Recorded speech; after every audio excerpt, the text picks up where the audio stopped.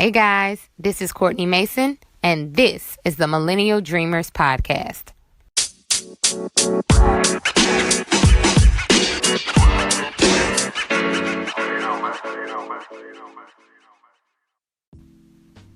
You know, there's some people that make you believe their road to success was paved in gold.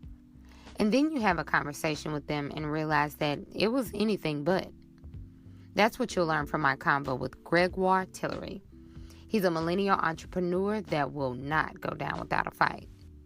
In this episode, you'll learn how he started his business with one food truck just a few short years ago and is now well on his way to have a chain of restaurants across the city of New Orleans and the nation.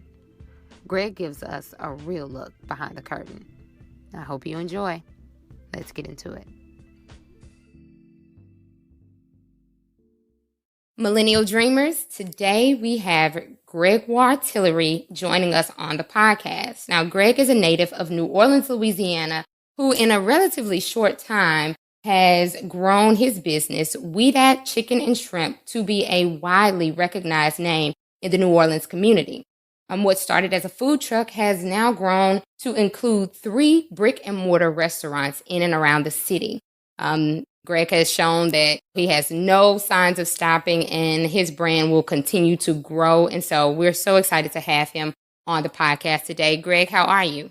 I'm feeling great, feeling blessed. How are you doing? I'm fantastic. I'm really excited to have you on the podcast today. So many people have requested that we have you on because they're so inspired by your story. So I definitely wanted to make sure that we got you on. And for those listeners who may not be familiar with you and the WeDat's brand, give them a glimpse into your background. My background, I actually have a sales and marketing background from Tuskegee University. A lot of people think that I'm a chef. A lot of people think that I went to culinary school. But I started selling Frito-Lay chips, Capri Suns, Big Texas, cinnamon buns, Milky Ways out of my book sack in high school. So, that's just a little bit about me. You touched on it. I'm from New Orleans, born and raised. I'm from out the 7th Ward to be exact. Graduate of Edna Carr High School down here in New Orleans. So I used to catch the RTA bus right across the street from the brick and mortar that we have on Canal Street. So, I used to be all up in the city growing up, and it's just, a blessing to be looked at as and have a staple restaurant that's based on Canal Street in the city now. So that's just a little bit about me. We can go into depth. I'm not married. I don't have any kids. I have an English bulldog, which is my son. His name is Snoop. But, Snoop. So, and I actually spell it SNUPE because a lot of people don't know, but they're starting to find out that I'm a member of Kappa Alpha Psi Fraternity Incorporated. Okay. So, I added the S on to the new part, to get the Snoop part. So that's how we rocking and rolling. I like that. And in response, I'm glad to be on your show, man. Thank you for having me. Well, we appreciate it. And it seems like entrepreneurship was in your blood at an early age. But I didn't mention in the introduction that your store is, WeDat's is the only Black-owned restaurant on the historically famous Canal Street. So that's major. Bless up.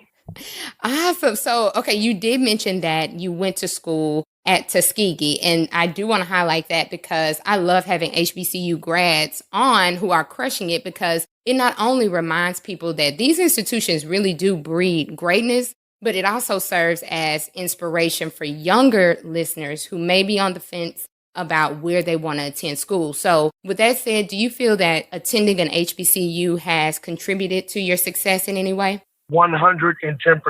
Gotcha. Nice. The reason why I say that, just to go into depth with it, with the question, is because I went to Tuskegee, and to be honest with you, I was exposed. I had never really been outside of New Orleans. And being at an HBCU, you go through a lot of things that you typically might not go through at a larger college. Mm-hmm. But one of the things that I just loved about it was the intimacy that I had with my professors and the intimacy that I had with the student body. We had like 3,500 people. So it was more of a family there away from my family in New Orleans. So I developed strong bonds with people that are really killing it, that a lot of the movers and shakers in other parts of the city, in other parts of different cities, I should say, across the country, which, to be honest with you, helps with that networking aspect of it, especially with things that I may and aspirations that I may have, i.e., opening up WeDat's in other cities across the country. So I have those networks and those connects, and that's the way things have kind of been flowing. So shout out to Tuskegee, man. I love my university, man, with all my heart, man. I tell people all the time, New Orleans made me, but Tuskegee raised me. Let me reverse that because I always get that wrong. New Orleans raised me, but Tuskegee made me. And I say that because I had to grow up really fast being away from my family out there and had to kind of deal with life. And Tuskegee kind of helped me with going through and handling different obstacles that may have came my way or come my way. Nice. That's really touches on the basis of what HBCUs can do, because it's true. So many stories I've heard of grads, even myself. I'm a graduate of Grambling State University, and it's just, woo woo, Graham fam. Bayou Classic coming up. Bayou Classic is coming up. Man, look, now I don't want to cut you off, but let me tell you, I get so much love doing Bayou Classic. The line be out the door around the corner from both Grambling and Southern grads, man. So, and then the undergrads, man, it's just definitely a blessing. So anytime I hear Grambling or Southern, my face lights up like I went there. So, shout out to Gram fam. Shout out to Gram fam. I'm glad the Gram fam. Now listen, I know y'all gonna be listening, so that means when Bayou Classic comes around in November, you need to be there at WeDat, because we show support strong, and Southern grads as well. Make sure you're there because we support our own. So with that said, getting into the meat and potatoes behind your background, I want to know how you started WeDat's and how did you get into the food industry? Because like you said, that wasn't your major initially or your job initially. So can you expound on that a little bit, how you got started? No problem. So the way that I got started was I actually, like I told you before, like my brief little introduction,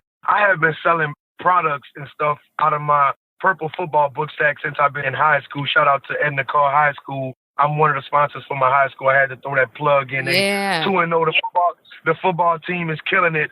Shout out to Coach Bryce Brown, who I think is a graduate of Grambling, if I'm not mistaken. So shout out to my boy Bryce. But I had always been selling stuff, and I actually started working for Frito-Lay, and I did that for about 6.5 years until Frito-Lay had like a company-wide layoff. And when they had the company-wide layoff, they didn't affect me, but they affected people around me. And when they affected those people and they let those people go, obviously they took care of them with severance packages and all that. That kind of affected me mentally and in my heart. I'm like, hey, look, I can't be with a company for 10, 15, 20 years and then things go wrong. They decide that they're going to let me go. Mm-hmm. So I was just like, I got to do something about that. And around this time, that's when they had the amazing food truck race going out. And I'm just sitting in the house that I had when I was living in Selma, Alabama, working for Frito. And, I'm watching it on TV and I'm like, man, this is something that I can do. I see them going. They got the food trucks and stuff because I really didn't know too much about it. But I was like, wow, this is something that I can do. Because I had aspirations already of moving back to New Orleans because I had been in Alabama college and then working for Frito almost 8-9 years. So I was just ready to get back to my family and get ready to start a new life down here back in New Orleans. I was looking at it on TV and I was like, man, look, this is something that I can do. Mm-hmm. So I started doing my research on it, started watching these YouTube videos about the food trucks and stuff like that. And I'm like, man, look, it's people out here that's making a killing on these food trucks. I'm like, I know with my personality and me being who I am, I'll be able to get back rooted into my city. I know so many people in the city to have this food truck to really, really take off and be that number one food truck in New Orleans because we really didn't have any food truck like that. Now, back in the day before the storm and stuff like that, we had the Pie Man. Shout out to the Pie Man. Anybody that's from New Orleans know who the Pie Man is. You'll see him, he'll come sell a gumbo and different etouffees and stuff like that, and post up in the CBD. And, as a child, I would see that catching the bus and going to school. I would see him moving around. But, that's kind of the closest thing that we had. Then I was like, look, I can do this and I can make this cool. Wound up taking the money that I had saved up and invested it. I got money from my 401k and invested it in the food truck. And to be honest with you, from that, I went through so many trials and tribulations, and I'm sure you got different questions that's going to be asked about the hardship that I experienced with that, because it wasn't just given to me. Success didn't happen overnight. It took 4-5 years for me to really just be successful with it because of everything that I had going on. But wind up getting a food truck, wind up going through the struggles, wind up experiencing so much different things. I almost came close to selling my food truck for less than I actually had purchased it for, because what I didn't say was I wound up getting my transfer to go back and work. I wound up getting my transfer from Frito to transfer down to New Orleans to work as a district sales manager down there, opposed to being in Alabama. But what the company didn't know at the time was that I was already kind of strategizing my plan of action of what I was going to do. I needed them to get me home, you know what I'm saying, transfer me home so I could still be working at Frito, but still try to build my business on the side. And that's kind of what I did, to the point where then I wound up leaving Frito and doing the food truck full time. So that's kind of what happened. And then, just from the food truck, people just started hearing about it. Shout out to my sister, Wazam Super. Y'all know her. Yes. By her name is Raynell. And she just amazing. She's the founder of the Crayon Case. And she was one of the first people to kind of put me on the gram. And this is before she had 1 million followers. This is when she had 10,000 followers, and she just been my sister and been rocking with me so long. And she kind of got the word out for me. And then other people started getting the word out for me. I was placed in Tokyo Vanities, my best friend video shoot. She called me up and said, "Gee, I wanted to use the food truck. I got a song that I'm about to drop. Can I do it?" She wound up doing that, putting the food truck in it, and, it kind of exploded. So that just been one blessing after another blessing that just kind of helped me. And I, had put in the leg work and the groundwork and being in, the streets and at the different events and at the nightclubs, on the weekends and doing different events and, just trying to get the word out, and started doing different festivals and stuff and started getting the word out about the truck. And just like that, man, and along with just going through the trials and tribulations, here we go, man. We got a location on Canal Street, 1407 Canal. Then we wound up opening up another location in Gentilly, 4500 Old Gentilly Road. And now we opening up another location in the heart of the West Bank, which a lot of people say in Marrero, and that's 4905 West Bank Expressway. And it's just been a blessing to see where we have came from, to see where we are at now. And, I just give all praises and all glory to God, because I know it's been so many different times that I dropped down to my knees,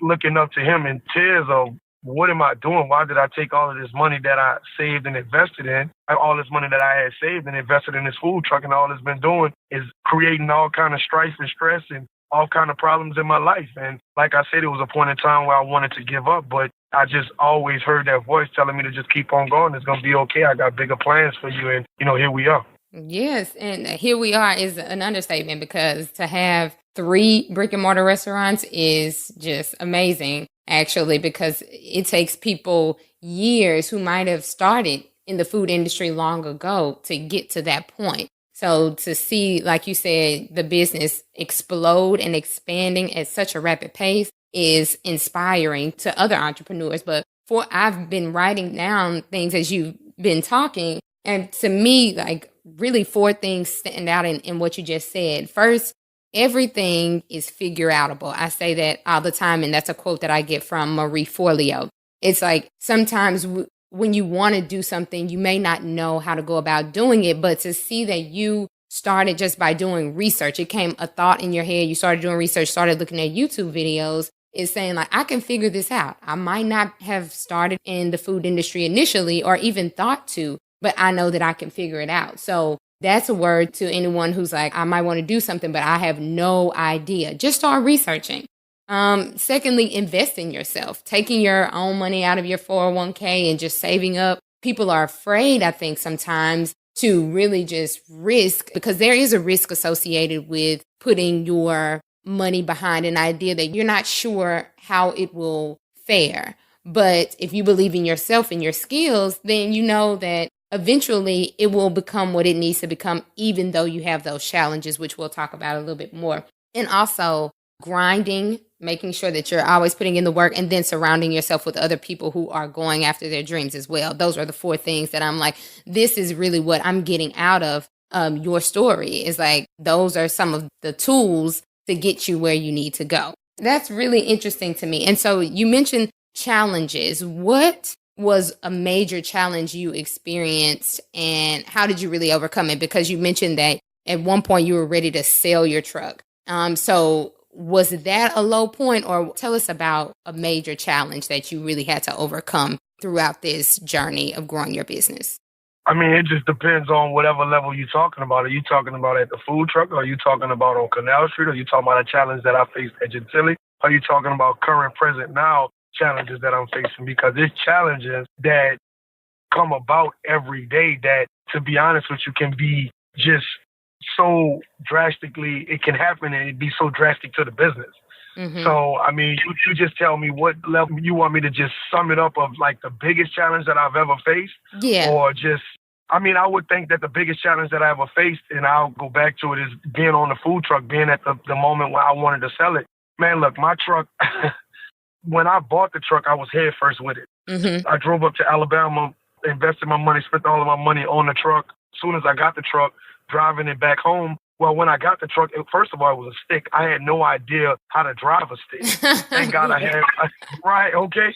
So thank God I had my best friend, Andre Lewis, who's the owner and CEO, him and my other best friend, Michael Meredith, VPG Versus Property Group, and they are big-time real estate developers in the city. But thank God I had my boy Dre with me because, and they also graduates of Tuskegee and also my frat brothers. So, you know, I got to plug my boys in, but Absolutely. I had my boy Dre with me, and he actually drove the truck down.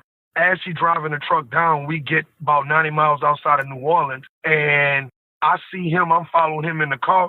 I see the truck wobbling. I'm like, what is going on? Then I see him swerve right to left. Then I see him swerve to the right side, pull on the side of the road. He get out the truck, and he like, man, I'm not driving this truck no more, man.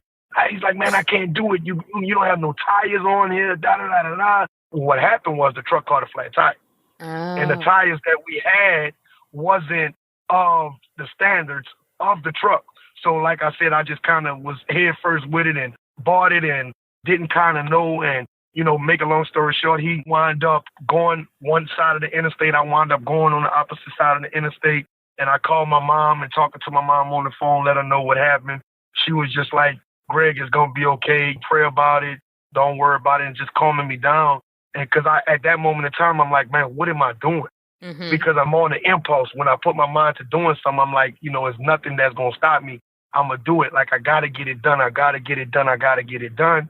And, you know, I wind up, you know, as I'm talking to my mom and she telling me just pray about it, it's going to be okay. He winds up walking back to me telling me, hey, look, bro, let me show you how to drive this stick. Now, it's a double tire axle, which means that, you know, it's two tires on the back. So even though one tire caught a flat, I could still drive it. It's just not safe to drive it with one tire because of the weight of the truck. Mm-hmm. And, you know, he wound up showing me going up and down, back and forth on the side of the interstate, how to drive a stick on the food truck. And that's how I kind of learned how to drive the food truck.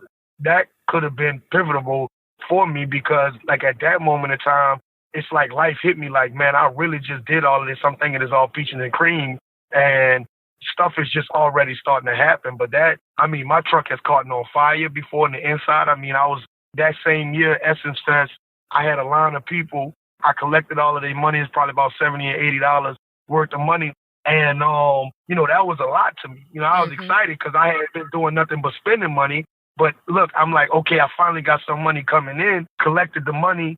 And as I was saying that and as I was getting happy, inside of my truck started catching on fire. The extension cords that I had inside of it was catching on fire. You know, I didn't know I had extension cords inside of the truck, you know, just didn't have it hooked up the way it needed to be because, I mean, I really didn't have the funds to really invest and have no $60,000, $70,000 food truck. Mm-hmm. I just didn't have that type of money. So I kind of did, you know, had it the bare minimum. I didn't even have an AC unit in my truck. Ooh. You know, I didn't have an AC unit in my truck. So if it's 100 degrees outside, it's 115 inside the truck. Yeah. If it's 90 degrees outside, it's 115 degrees in the truck. So, you know, and I'm kind of exaggerating, but it's 10 times hotter in that truck than it is outside. Exactly. So, and the truck then caught on fire. I mean, on my way to inspections, getting inspected and doing different things or whatever the case may be around trying to get my permits before I even was able to tell you that story about being at the convention center. I'm on my way to get my inspection and my clutch goes out. my clutch went out on my truck, on the food truck, that's $1,800 I had to spend that I didn't have. Mm-hmm. You know, I mean, it's so much stuff, man, and to the point where, I mean, it's been so many different things that have happened. There's been situations where I've been at food truck festivals. It's a line of other trucks out there. Those food trucks got 20, 30, 40, 50 people waiting at their truck, and here it is me. I got 2 and 3 people. Mm-hmm.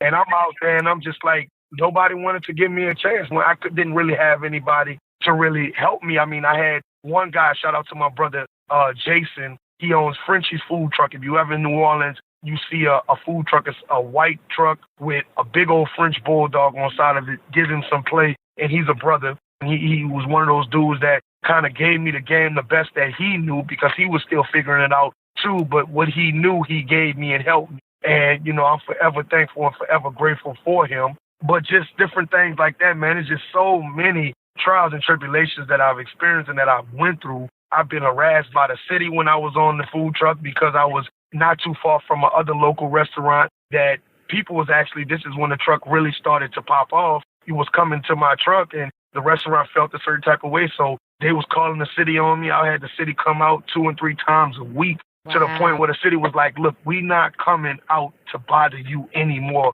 I don't care. They're not going to bother you anymore because you're not doing anything wrong. But it's just so many trials and tribulations to the point where you just like, Yeah. Yeah, you're like when is it going to stop? Exactly. Like, when is it going to stop? When is it going to stop? Yeah. Yeah. And that's a good point, though, to say with all of those challenges, because I think if you name any entrepreneur, any successful person, they will tell you a list of things that just kind of were roadblocks to success. And sometimes people think overnight, it's like, oh, this happened overnight, but you don't know the backstory of how that person got there, all the hard times, all the struggles, you grind and sweat and just feeling burnt out. So with all of those challenges, what drives you to keep going or motivates you to keep pushing forward to now get to the point where you are now? Like, what's that driving force for you? I think that the driving force to me is that I have so many people that's dependent on WeDat's. I have a lot of family members that work with me at WeDat's. You know, this is how I take care of my family. This is how I take care of my mother. This is how I'm able to help the city. And I understand where I'm at now in the position that God has blessed me in and person and the platform that I have. And WeDat's is bigger than me. Mm-hmm. For one, it's the only black-owned restaurant on Canal Street, for one. But two, it's just so many of the youth. There's so many people that look at the restaurant and look at me, and it just has to be here. Mm-hmm. Because it's more of they see me doing it, they can do it. So, you know, they feel like they can do it and they can do anything. And I feel like for me, God blessed me with this platform to honestly, to really make a change in my city. You know, and that's exactly what's happening. No matter what it is people may see on the news or whatever the case may be, New Orleans is changing around. African Americans are supporting each other. We eating and patronizing at different businesses, restaurants, just different things. We coming together, and you know that's what it's all about. Because the more jobs and the more entrepreneurs that you have out there, that's the less people that's on the streets. That's the less people that's turning to drugs. And it's a lot of, you know, young brothers that see me that's like, man, well, if he can do it, he ain't out here on the corner. He ain't out here doing this, that, and the third. You know what I'm saying? I can do it. And that's just where I'm at with it, you know, along with the fact of me being able to take my family. But, you know, I do this for my city. You know, I do this for my family. I do it for myself, man, because, I mean, I started from a food truck, man, and it's just like, you know, I'm at the point now where I feel like whatever I touch, you know, is golden. You know, mm-hmm. Whatever I want, whatever my heart desires, God to give that to me. I just got to do what I got to do. I got to do the right things. I got to live the way and set the example and talk about certain things like God that a lot of people might not do, even though that's a daily struggle with me. Because mm-hmm. I've lived a life, you know, where I haven't always been acted as a man of God. You know what I'm saying? And done a lot of different things. And I'm pretty transparent and have been pretty transparent on my Instagram with my personal feelings and my beliefs of different things that I've experienced and, you know, how I'm feeling inside or whatever the case may be. But just to kind of sum all of that up, it's bigger than me. WeDat's is bigger than me, and that's the driving force for me. You know, it ain't about what nobody else got going on. It's about me understanding the importance of the position that I've been placed in and what it is that I've been blessed with. And I got to protect that and make sure that I'm constantly thriving and constantly pushing myself, no matter how life gets, no matter how many different obstacles come my way, no matter how much stuff is thrown my way that I'm doing what I got to do to move forward. Right, right. It's interesting that you say that family is the driving force behind your business, because what I've known is that WeDat's it has a very familial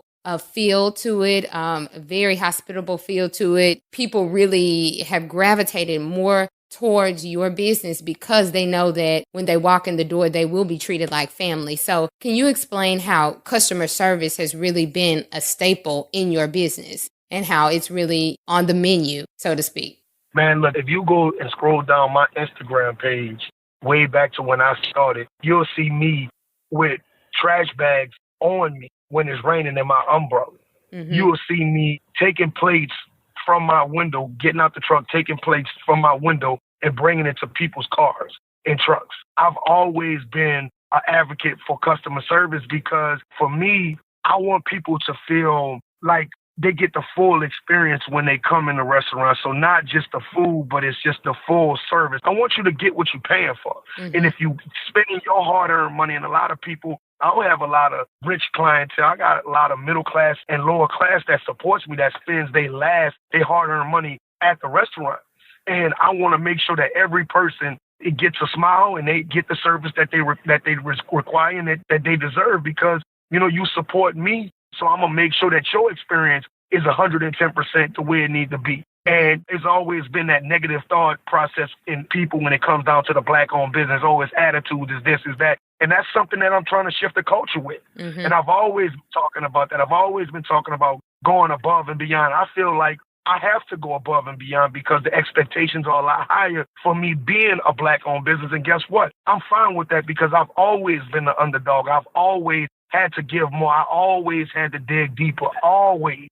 Growing up, I was light-skinned, growing up in a predominantly dark-skinned Black community. I'm a light-skinned Black, so I was always that outcast, no matter where I went, and I always had to prove myself. So with me, from the customer service stand, I understand that I worked in customer service for my entire life. When I was at Tuskegee, I worked doing customer service for Verizon Wireless. I worked for Frito-Lay as a district sales manager. My primary job was to make sure that I take care of my customers, ranging from small gas stations to large chains such as Walmart, Winn-Dixie, Rouse's, so, and I know this is kind of getting off it, but I tell people all the time, everything that you go through in life, you got to embrace it because you're going through it to prepare you for that next level. And everything that I've experienced in my life has got me and prepared me for where I'm at today, right now. Right. So just to answer it, customer service is the most important thing in the business, and especially in WeDat's. Customer service, customer service, customer service, customer service, to the point where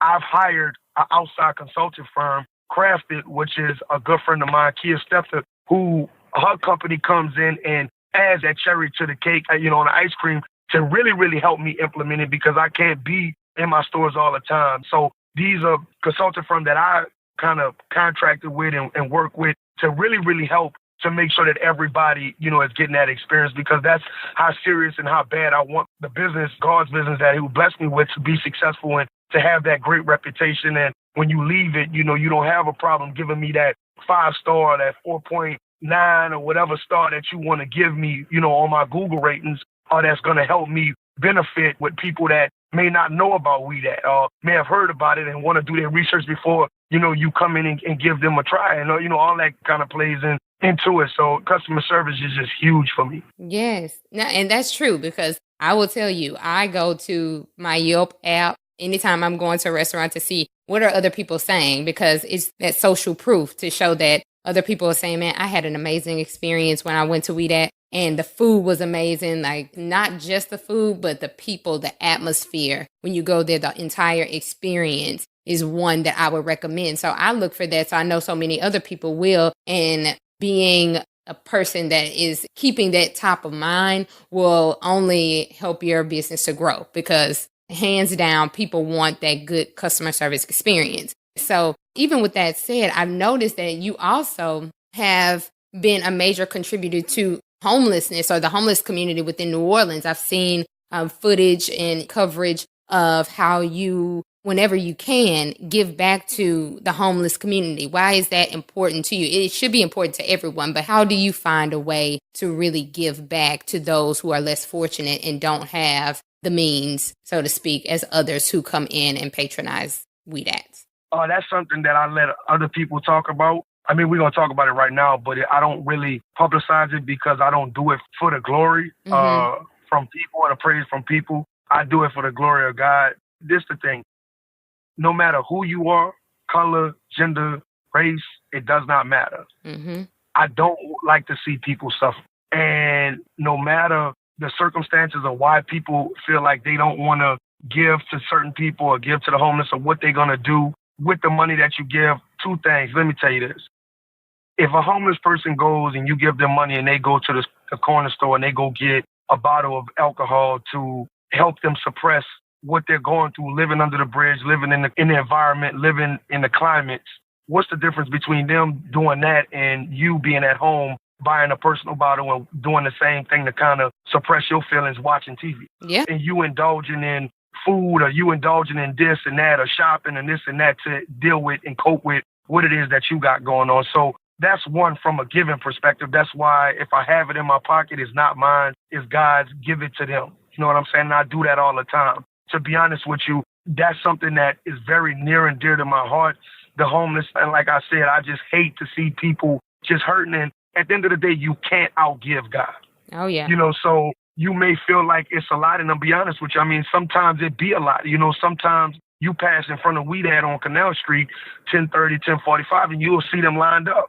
Yeah. I mean, just feed them. And that's what I do. But, you know, I do it because it's God putting it on my heart to do. And that's just why I do that, man. I just don't like to see people hurting. And if I can help, you know, I do that. And I see so many different people in the city doing just that. I see so many people in the city making a difference, making a stand. I got a text message from my barber today, said, you know, gee, I'm going to be underneath the bridge today giving out haircuts because I know those people need me. I couldn't do nothing but just, it brought a smile to my face. So, I mean, I just do what God tells me to do. And it's a lot of stuff, like I said, that I do that you'll never see on my Instagram page because I don't do it for people to know what I'm doing. I do it because of me. I do it internally because me doing for people makes me feel good. It's funny that I can do for people and that'll make me feel good. But when people do for me, I can't receive it. And that's just something, that's something that I never could understand. But it's just, that's what I do, man. I just like to make people feel good.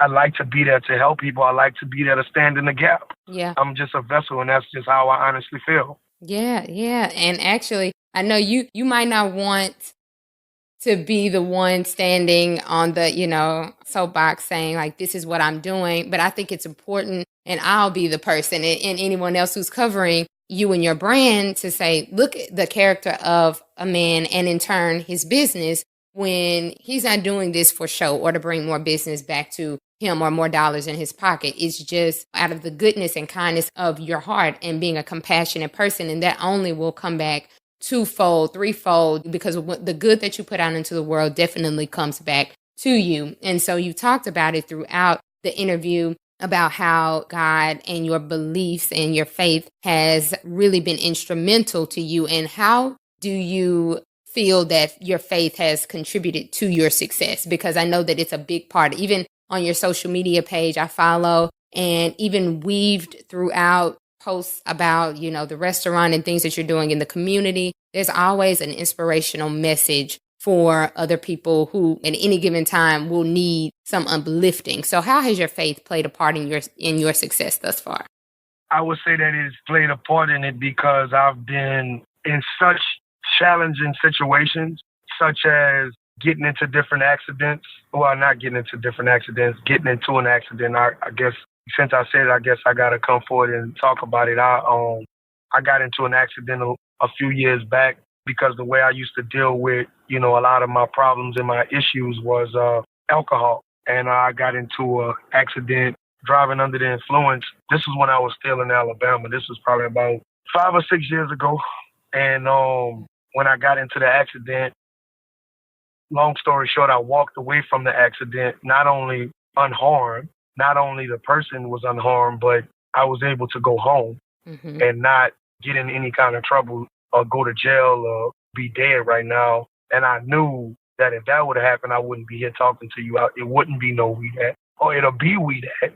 It just, Gregoire Tillery wouldn't be the owner of WeDat's. And then the second part is a few years later, I was robbed at gunpoint. Wow. My home was invaded 10 o'clock in the morning on a Sunday. I stayed on the third floor of the apartment complex that I was living in. And my home was invaded. And, they robbed me, 2 pistols pointed in my face. And I thought that I was going to be killed. I mean, their mask came off. Wow. And you don't typically make it out of those situations.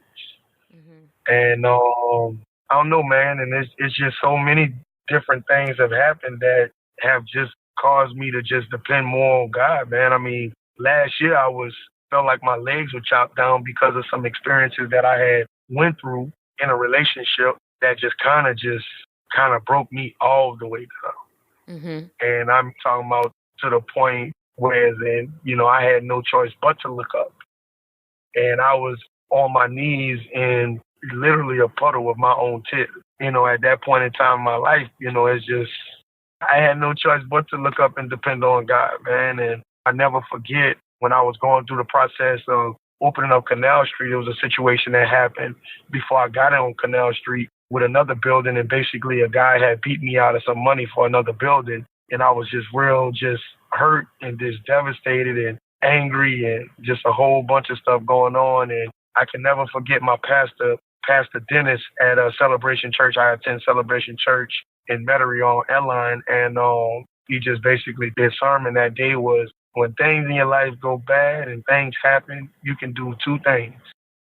You can either get bitter or you can get better. Yes. That's just the motto that I kind of live by, because I don't want to be bitter. I don't want to be angry. I don't want to be just holding on to hurt and just holding on to just pain. I don't want that. I want to be free and happy and live life to the fullest, man, and just continue to thrive and just to continue to just be a light. And I can't be a light if I'm holding on to so much other baggage, you know what I'm saying? And that's just where I'm at in life now, just in that process of me bettering myself internally, mentally, physically, spiritually better, you know what I'm saying? And when you do all of those things, the financial aspect, it comes and you don't even think about it because it's coming in bountiful. Right. No. But I should say it's coming in abundance.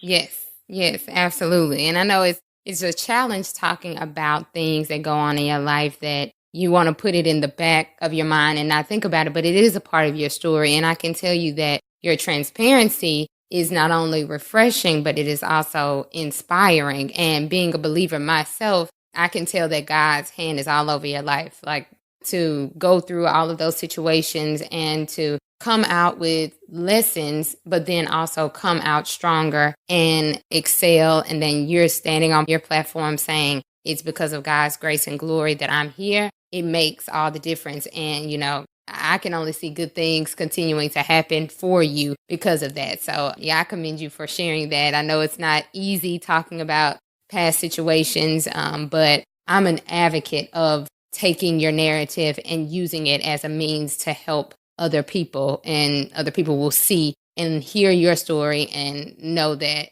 I can't get over this situation that happened to me previously. And if I don't let it, it won't tear me down. So I really do appreciate you for your transparency, but I don't want to keep you too much longer. I just had a question about your future aspirations for the business and where you want to take it. Do you want to make it a franchise? You did mention earlier that, networking has been a big thing that you made sure to do with other HBCU grads that you knew, and so that you can have those connections for later on when you want to take this business outside of Louisiana. So what are some future aspirations that you have for yourself and your business?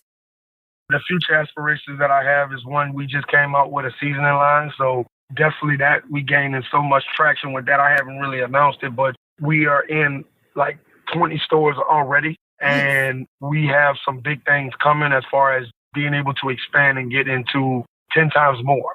So expanding on the seasoning line, we got Marrero that's about to open, which is, the West Bank is a whole nother city from New Orleans. That's about to, I could just imagine the blessings that God has for me on that. And just, man, just every day, just trying to push it to the max and make things happen and just continue to grow the business. But ultimately, I would like for WeDat's to be in every city across the country. And that's just where it's at. That's just where I'm at with it. So whether that be franchising or whether that be kind of teaming up with different influencers in different cities or different businessmen and women in different cities that, got some extra funds and want to do some investments, and just kind of taking it to the next level like that. But we'll see. And like I said, I'm just here for the journey, man, and I'm excited to be the one going on it. So that's where we at with it. Nice. And you're well on your way to expanding to as many cities as is placed on your heart. I can already tell, and I can't wait to get my seasoning because now I'm a pescatarian, but I know I can use it on my fish, fried fish, and I'm going to be getting some for that. Yes. And in advance, I appreciate your support. I really appreciate you having me on your podcast. I wish nothing but blessings to you and your future endeavors and your career. Just whenever you need me, don't hesitate to give me a ring, and we'll definitely make some things happen. And one of these days, you come do the podcast and broadcast live from the restaurant. We can, love it. So we'll make some things happen. The goal is for us all to win together. Absolutely. I really do appreciate that. And as a parting word, what's some advice or short advice that you can give to aspiring entrepreneurs who are just starting out on their journey or who might have started, but they're just trying to figure out how can they grow their business? What's some advice, some parting advice that you can give to them? I'll tell them, for one, keep God first. Second, I don't give a care. I was about to get out of character. Because I get real passionate when it comes down to that. I don't care who tells you what. Whatever kind of vision, whatever kind of dream that you have, don't let nobody tell you that it's a stupid idea. Let nobody tell you that you can't do it, or, you know what I'm saying, that it ain't going to work and this, that, and the third. Because guess what? Throughout my life and throughout my journey with WeDat, I've had people that's been very near and dear to me that has tried to discourage me, man. But don't let nobody put their discouragement on you just because they were scared to do what it is that you want to do. So I'd say take that leap of faith, do what you got to do. Keep God first. Success ain't going to happen overnight. I'm still making mistakes every single day. I'm still learning every single day. Nothing is going to be handed to you. I repeat, nothing is going to be handed to you. It's about how bad that you want it. What you put into whatever is what you're going to get out of it. So stay prayed up, stay focused, try to plant as many seeds as you possibly can, even when it hurts, even when you feel like people don't deserve it, even when you don't have it to give. And God is going to make everything happen for you, and it's going to be bountiful, and it's going to be abundance, and, you're going to reap the harvest, of the seeds that you had sown. So with that, thank you again. Peace, thank you. Love, and WeDat's. Peace, love, and WeDat's. Where can listeners follow you and find more about WeDat? Instagram, WeDat Food Truck with the underscore at the back. WeDatFood TRUCK with the underscore at the back. Facebook, I got a WeDat Food Truck Facebook like page, and then I got my personal page. I don't really utilize Facebook as much as I need to, but, I'm going to start doing that. But just follow us, man. Come support us. Our website, www.wedatschickenandshrimp.com. We got our seasoning. The link is in my bio. That's WeDat's, WeDats, seasoning, SEASONINGS.com. Look, you Google us, Google me, Google the restaurant, man. Just whoever has shown love, whoever shows love, whoever has supported, even if you haven't physically made your way to the restaurant, but you told somebody about it. Blessings to you. Thank you. I appreciate you and look forward to one day meeting you and thanking you in person. So shout out to everybody, man. Blessings to everybody. And I hope everybody has a great day and enjoy the things that I had to say. Perfect. That was a perfect ending. Greg Tillery with WeDat's Chicken and Shrimp. Thank you so much again. We appreciate it. Bless up.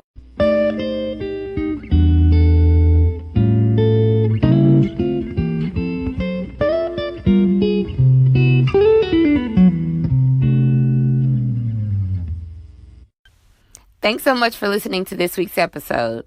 If you have any ideas you'd like me to discuss on the podcast, send me an email to millennialdreamerspodcast@gmail.com. Again, that's millennialdreamerspodcast@gmail.com. I look forward to hearing from you. Oh, and hit the subscribe button. Talk soon. Peace.